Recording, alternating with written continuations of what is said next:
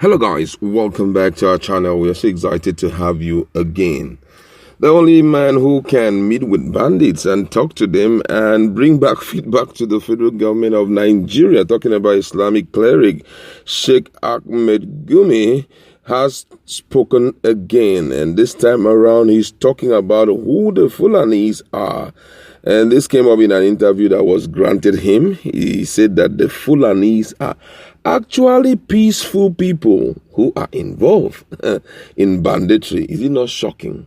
Peaceful people, but yet involved in banditry. There are a lot of things in this country that is yet to be revealed. I trust that with time, a lot of things will be unveiled. We already know it, but then we are waiting for the right time that possibly God will use some persons to unveil some things so that this country can be corrected, if only the country really demands to be corrected. But however, let's look at the full interview granted him and what he had to tell Nigerians about the people called Fulani Herdsmen who are involved in banditry activities. According to the news, Sheikh Gumi, who is an Islamic cleric, has reiterated that Fulani Herdsmen involved in banditry are victims of circumstance.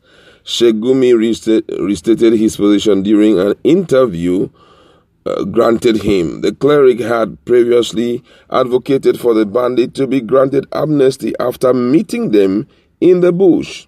According to him, he said, "When I listened to them, I found out that it is a simple case of criminality which turned into banditry, which turned into ethnic war and some genocide too behind the scene. People don't know." Those were his words. The cleric said that while there is no excuse for any crime, nothing can justify crime, and they are committing crime. The bandits were forced into criminality. I think it is a population that is pushed by circumstance into criminality, he said. And this is what we should look at. Let's remove the pressure. Let's remove the things that made them into criminals, because we have lived thousands of years without any problem with the nomadic herdsmen. They are peaceful people, but something happened that led them to it. According to Gumi, on the issue of ethnic war, he said that the herdsmen bandits are engaged in an ethnic war against other people, including sedimentary Fulanis. And he said the solution, he added, was dialogue.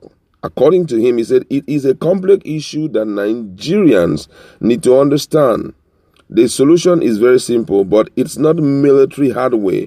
The solution is dialogue and teachings. These people are acting with natural instinct, not special knowledge, and they don't have any ambition or anything. They don't have a vision of the future. They are talking about existence. Their livelihood is destroyed because the cattle rustling that was going on for a long time, they are the first victim of it. So we need to investigate how cattle rustling became a big business in Nigeria and how it affected the sociocultural behavior of the nomadic Fulani. They were pushed into criminality. I went further to say that bandits attacks have heightened across Nigeria in the past years. Now, last December, over 300 pupils were kidnapped from a boys' school, secondary boarding school in Kankara, Katsina State. Earlier this month, bandits stormed a science secondary school in Kagara, Niger State, and also took away 41 pupils and staff. They are yet to regain their freedom. Numerous killings have also been recorded during this bandit attack. But for every victim of kidnapping, these herdsmen bandits have 10 victims, Gumi said on Monday. They are killed by the military, lynched in town. Do you know that there are situations where any man with this Fulani physique, slim, light complexion, even dark ones, on a motorbike is automatically arrested and incarcerated? They are being profiled. The Fulani herdsman is seeing evil all around him. You can imagine when he sees his children, women, everything, annihilated, his animals slaughtered. You see what happened in Oyo. His house burned down, who is burning down his hut. It is somebody coming from a building, someone coming from a car. He doesn't own a car. He doesn't own a building. He doesn't enjoy anything of the Nigerian cake. Then you are coming again. The little things he has, you had to kill his animal. So he's seeing the evil from the other side. So each side is seeing the other side as evil. So it is the clergy that now has to come in the middle. The Muslim and the Christian, we have to listen to them. Demonizing anybody is not appropriate, and evil is there in everybody. Sheikh Gumi restated his call for amnesty for victims of banditry and the Herdsmen bandit. Amnesty comes with a package. All victims should be looked at, and the government should compensate, because actually it is the responsibility of the government to protect people, their lives and livelihood. They were not able to do, he said.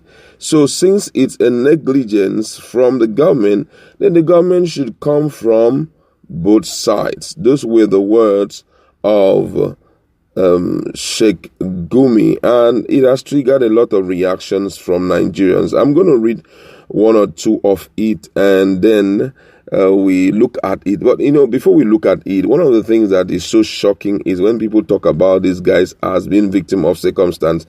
The system itself makes everyone victim of circumstance. That's the truth. Let's be real to ourselves. The situation we have found ourselves in this country, if everyone wants to parade themselves based on how circumstance and situation have pushed us, everyone will go into one negative activity or the other. Let's be, truthful to ourselves.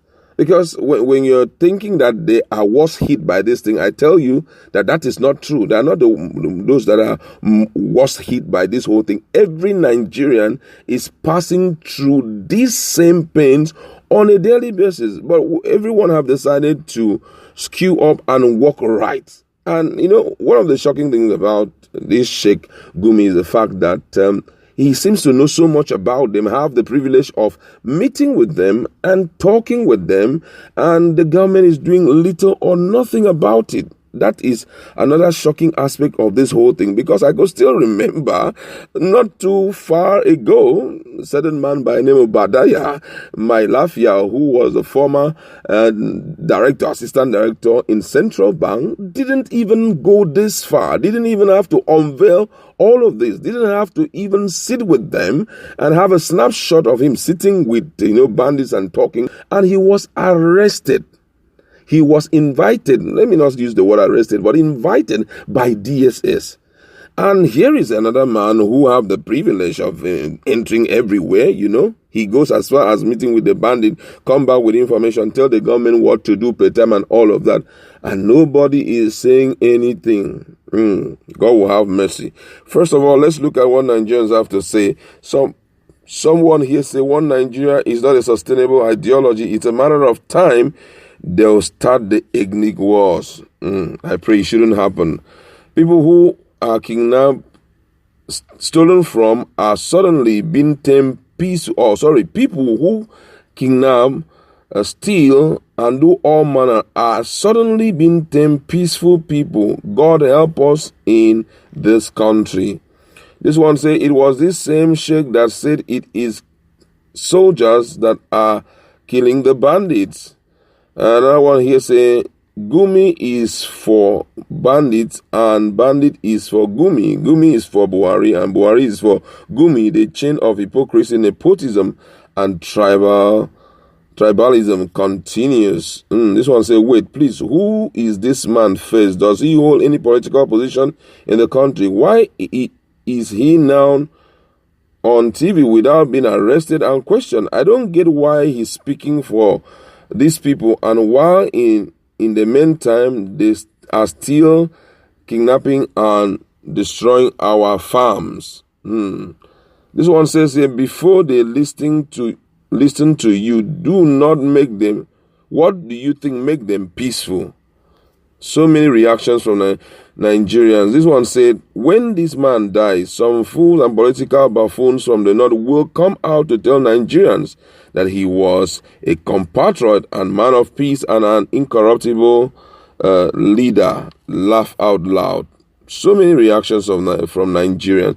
I think that this issue should be dealt with decisively by the government once and for all. Though I know that whatever this man is saying is very much valued by the government, but I think we should dig into what is making the Fulani herders victim of circumstance and see how we can fix it. I don't want to say much again, but I want you to go to our comment section. You've heard what he had to say. Let's interact. What do you think about what